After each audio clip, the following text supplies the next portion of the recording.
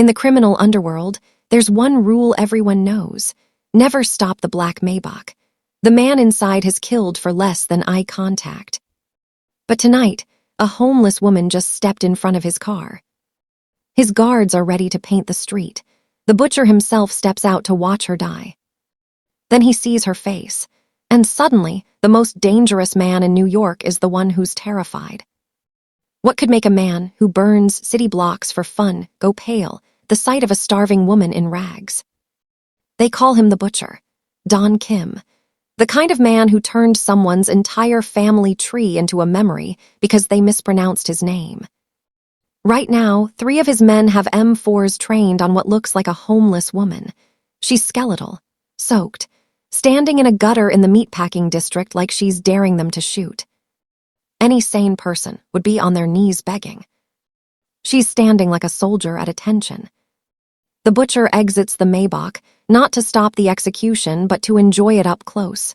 He's smiling. This is entertainment for him. Then he sees her eyes. The smile dies.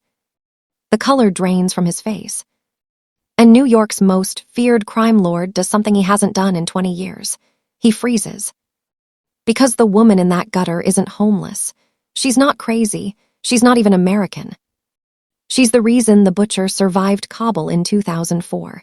She's the reason he has a scar that runs from his collarbone to his hip. She's a ghost he thought died in a black site prison 8 years ago. And judging by the way she's looking at him, she's here to collect a debt. This is the story of what happens when a monster's past comes back, wearing rags and carrying secrets that could collapse his entire empire. And why, by sunrise, the Butcher will do the one thing no one ever thought possible: beg for mercy. 15 minutes before the laser sights found her heart, Sarah was invisible. To the hundreds of commuters rushing past her on 14th Street, she wasn't a person. She was just another pile of wet rags, a stain on the sidewalk that you stepped over and immediately forgot. The freezing rain had been falling for hours, soaking through the layers of her oversized military jacket. She sat huddled under the leaking awning of a bodega, rubbing her hands together for warmth. But if anyone had stopped to look, really look, they would have noticed that her hands didn't tell the story of a homeless woman. They told the story of a soldier.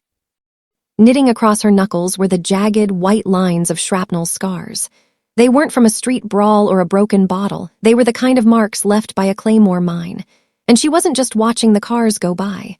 Her eyes moved in a rhythmic, tactical sweep.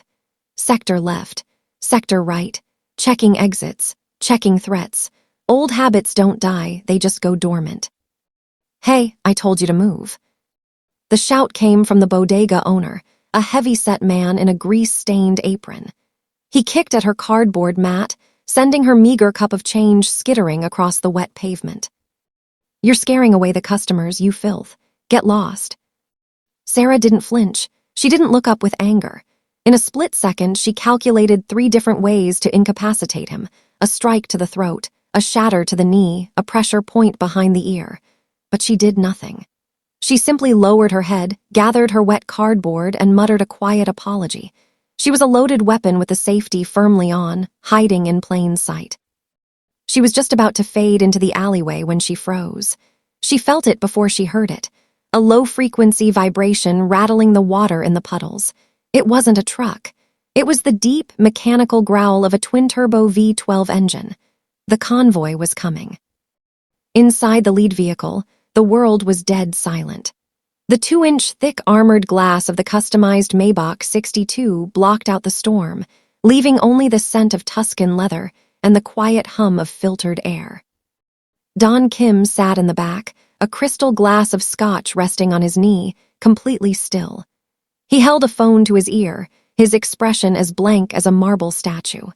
He was discussing a $20 million arms shipment like he was ordering takeout. "I understand the shipment was intercepted, Marco," Kim said, his voice terrifyingly soft. "What I don't understand is why you are still breathing to tell me about it." He listened for a heartbeat, then sighed, looking out at the blurred city lights. No second chances, burn the warehouse, with him inside. He tapped the screen, ending the call. A man's life was extinguished with a single thumb press. This was the butcher. He didn't scream, he simply erased problems. Sitting opposite him were two men who looked less like bodyguards and more like apex predators. They wore earpieces and tactical vests concealed under Italian wool, their eyes scanning the dark windows. They checked their smartwatches, synced to the nanosecond. In the front seat, the driver wiped a sheen of cold sweat from his palms. The GPS on the dashboard was glowing angry red. "Boss," the driver stammered, his eyes darting to the clock. "There's a total gridlock on 10th Avenue. We're going to be late for the sit-down with the 5 families. You know the rules, they don't wait for anyone." Kim checked his Rolex. It was 7:58 p.m. "I am not late," Kim whispered. "The world is just slow, find a way through, now." The driver panicked. He saw an opening, a narrow, unlit side street that bypassed the traffic. A shortcut. Desperate to please the monster in the back seat, he jerked the wheel to the right. He thought he was saving time. He didn't know he was driving straight into a trap set by fate itself. The shortcut was a disaster. The massive, armored Maybach was never designed for the cobblestone back alleys of the Meatpacking District. It looked like a killer whale stuck in a bathtub, the side mirrors barely clearing the brick walls on either side. And then they stopped dead. In the middle of the rain-slicked road, illuminated by the blinding LED headlights, Sarah was crouching in the mud. She wasn't blocking the car out of spite. She was trying to save the only thing she owned that mattered. A small, waterlogged photograph had slipped from her pocket and landed face down in a puddle. The driver slammed his hand on the horn. "BLAA. The sound echoed off the alley walls like a gunshot. Any normal person would have jumped out of their skin. Sarah didn't even blink. She reached into the dirty water with deliberate, steady hands, retrieving the photo. She wiped it carefully on her sleeve, inspecting it for damage, treating the multi-ton war machine behind her like it was nothing more than a nuisance. Inside the car, the tension snapped. "She's mocking us," one of the bodyguards growled, watching her slow, methodical movements. The driver, terrified of making the butcher late, lost his mind. He didn't just honk again. He cracked the armored window. He grabbed a heavy glass bottle of sparkling water from the center console and hurled it into the rain with all his strength. The bottle spun through the air and struck Sarah hard between the shoulder blades. She stumbled forward, catching herself on one knee, the breath knocked out of her. "Move, you piece of trash," the driver screamed, his voice cracking with rage. "Get out of the road." It was a simple act of cruelty. A rich man throwing garbage at a poor woman. But he didn't know it yet. That bottle was the match that just lit the fuse on a bomb. The bottle didn't make Sarah move, but it did trigger the wolves. The Maybach halted with a sharp screech of brakes. The driver had failed to clear the path, so now the heavy artillery was coming out. The rear doors flew open, not with a smooth hydraulic hiss, but with violent speed. 2 men stepped out into the downpour. They were mountains of muscle, squeezed into bespoke tactical suits that cost more than most people earn in a year. Raindrops sizzled as they hit the hot barrels of the short-barreled M4 carbines hanging from their slings. They didn't look like security, they looked like a hit squad. Click-clack. The sound of charging handles, racking back, echoed through the alley. It was the universal sound of game over. They surrounded Sarah, their shadows swallowing her whole. The contrast was sickening. 2 giants of the underworld looming over a woman who looked small enough to break with a single hand. "Are you deaf or just stupid?" The lead guard spat, his voice thick with contempt. He didn't wait for an answer. He swung his heavy boot and punted her backpack, her entire life's possessions, into the overflowing gutter. The few cans of food she had scavenged spilled out into the filth. Sarah didn't lunge for them. She didn't scream. She stayed crouched, protecting the photograph against her chest, her silence infuriating them even more. "Boss is late," the guard grunted to his partner. "Clear the trash." He reversed his grip on the rifle. He wasn't going to shoot her. He was going to save a bullet. He raised the heavy composite stock of the weapon high above his head, aiming directly for the base of her skull. It was going to be a killing blow. The rifle butt began its downward arc, muscles tensed. The violence was a fraction of a second away. "Wait." The command cut through the rain like a whip. The guard froze mid-swing. The voice didn't offer mercy. It offered annoyance. Don Kim emerged from the sanctuary of the Maybach like a king stepping into a pigsty. He didn't run from the rain. He opened a sleek, black umbrella with a calm, deliberate click, shielding his impeccable charcoal suit from the storm. He walked past his hulking bodyguards, ignoring them completely, and stopped inches from Sarah. The only sound was the rhythm of rain hitting the silk of his umbrella. He looked down at her with an expression of profound, exhausted disgust. To him, she wasn't a threat. She was a stain on his evening. "Do you have any idea the cost of my time?" Kim asked, his voice low and smooth. "You are blocking the flow of history for a picture of a dog." Sarah didn't apologize. She didn't beg for change. For the first time, she moved. She stood up. But it wasn't the way a broken woman stands. There was no groan of effort, no wobble in her knees. She uncoiled. Her spine snapped straight, her shoulders squared back. The chin that had been tucked into her chest lifted, exposing the sharp defiance of her jawline. In a single motion, the slouch of the homeless beggar vanished, and the rigid, disciplined posture of a veteran soldier took its place. She looked the most powerful man in New York directly in the eye, and she didn't blink. Don Kim paused. He saw the change, but his arrogance blinded him to the danger. He just saw defiance from a nobody. He sighed, bored by her silence. He turned his back on her, snapping his fingers at his guards. "Kill her," he said, checking his watch, "and move the body." The order was given. The safety was off. Death was 1 second away. The execution was mechanical. There was no hesitation from the guards, no second-guessing. They raised their M4s in unison, the laser dots converging on the center of Sarah's chest. Their fingers tightened on the triggers, squeezing out the slack. But in that fraction of a second, the atmosphere shifted. Sarah didn't look at the guns. She didn't look at the men holding them. She looked past the steel barrels, past the rain, and locked her gaze directly onto the back of Don Kim's head. Her eyes changed. The dull, defeated look of the homeless woman evaporated, replaced by the cold, predatory focus of a sniper acquiring a high-value target. "Bikonun, Jayawali, Jamul Janda." The words cut through the sound of the rain like a razor. She didn't speak in English. She spoke in Korean, but it wasn't the polite, melodic Korean spoken in Seoul today. It was a harsh, guttural dialect, a ghost language used by northern espionage commanders during the shadow wars of the late 90s. "The white tiger sleeps in the winter." Don Kim froze. His hand, gripping the umbrella, twitched. The phrase was a code, a challenge, a password that hadn't been spoken in the underworld for 20 years.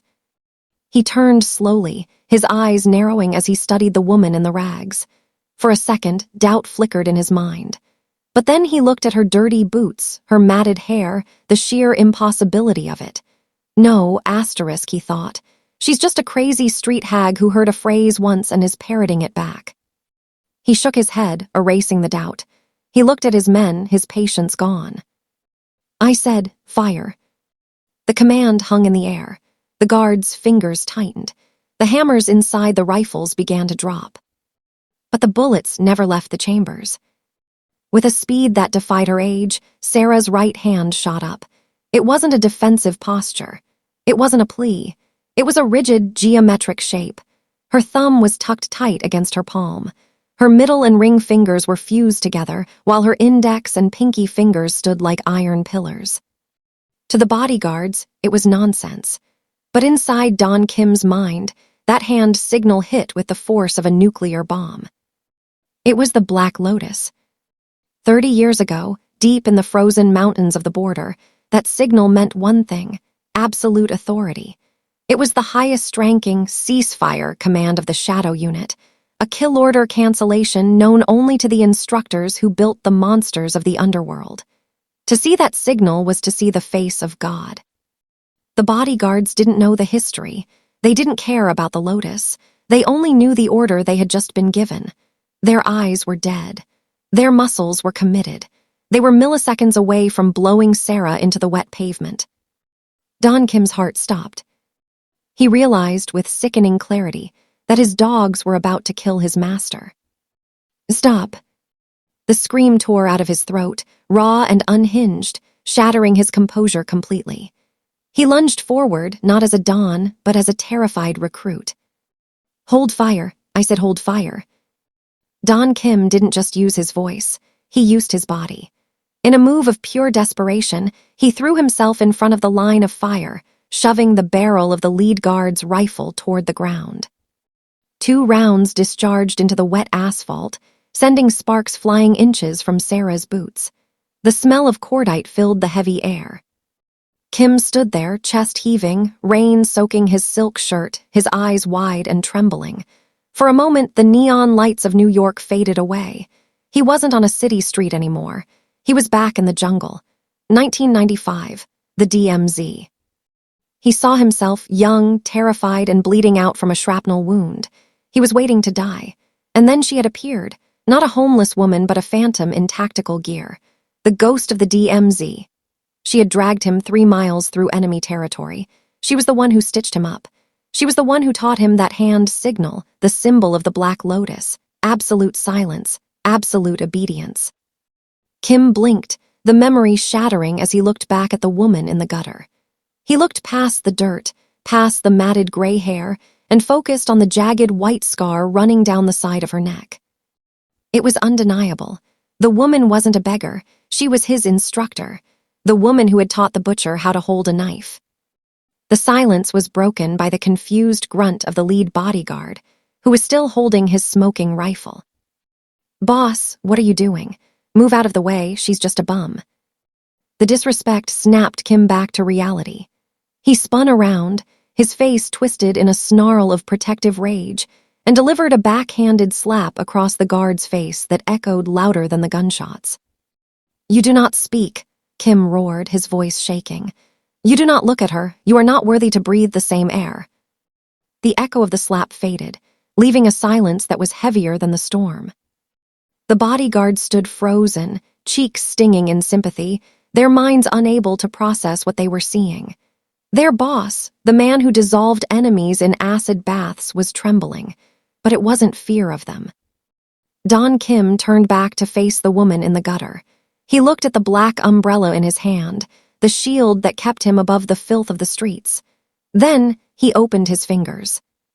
The umbrella fell. It hit the muddy asphalt with a splash, tumbling away into the wind. Kim didn't care. Rain instantly soaked his hair, ruining the $1,000 haircut, darkening the shoulders of his suit. He stepped into the mud, heedless of his Italian leather shoes. He brought his heels together with a sharp, military click. And then the butcher bowed. It wasn't a polite nod. It was a full 90-degree bend at the waist, the jial, the deepest, most absolute form of submission in his culture. He held the position, his eyes fixed on her dirty boots, exposing the back of his neck to her. It was an act of surrender. The street seemed to stop breathing. The bodyguards lowered their rifles, their mouths hanging open. Residents watching from the apartment windows above pressed their faces to the glass. The hierarchy of the world had just shattered. The king was bowing to the pauper. "Commander," Kim whispered, his voice cracking with a mixture of awe and disbelief. I thought you were dead. I thought the lotus was burned." Sarah watched him for a long moment. The rain dripped from the brim of her beanie. She didn't smile. She didn't offer forgiveness. She slowly lowered her hand, breaking the signal. She looked at the Don, then glanced over his shoulder at the gridlock of traffic he had caused. "You're blocking the road, Kim," she said, her voice raspy but commanding. "Move." The command hit Don Kim like a physical blow. He didn't argue. He didn't negotiate. The man who made mayors wait in his lobby scrambled backward, slipping in the mud to obey. "You heard her," Kim screamed at his bewildered security team, his voice cracking with panic. "Clear the path, move the vehicles, now." The bodyguards, realizing that their boss was genuinely terrified, lowered their weapons and scrambled into the cars. Kim rushed to the open door of the Maybach, but he didn't get in. He gestured frantically to the plush leather interior. Commander, Kim pleaded, rain dripping from his nose. Please, take the car, I will walk. Let me get you to a safe house. If you are out here, it means they are looking for you. Sarah paused. She looked at the warmth of the car, then back at the dark, cold alley.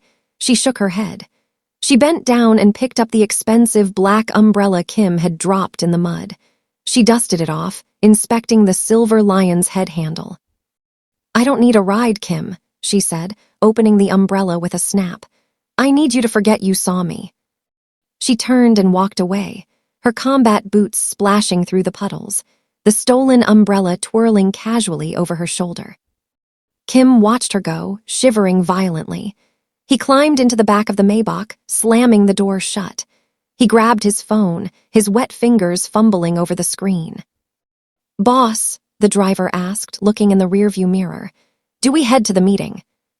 No, Kim whispered, staring at the retreating figure of the homeless woman. Cancel the meeting. Cancel the hit on the senator. Empty the bank accounts. Boss, why? Kim looked into the camera, his eyes haunted. Because the commander is back, and if she's here, the war has already started. As the drone shot pulls back, we see the massive convoy of armored vehicles slowly revering down the street, giving way to one lone woman walking into the darkness.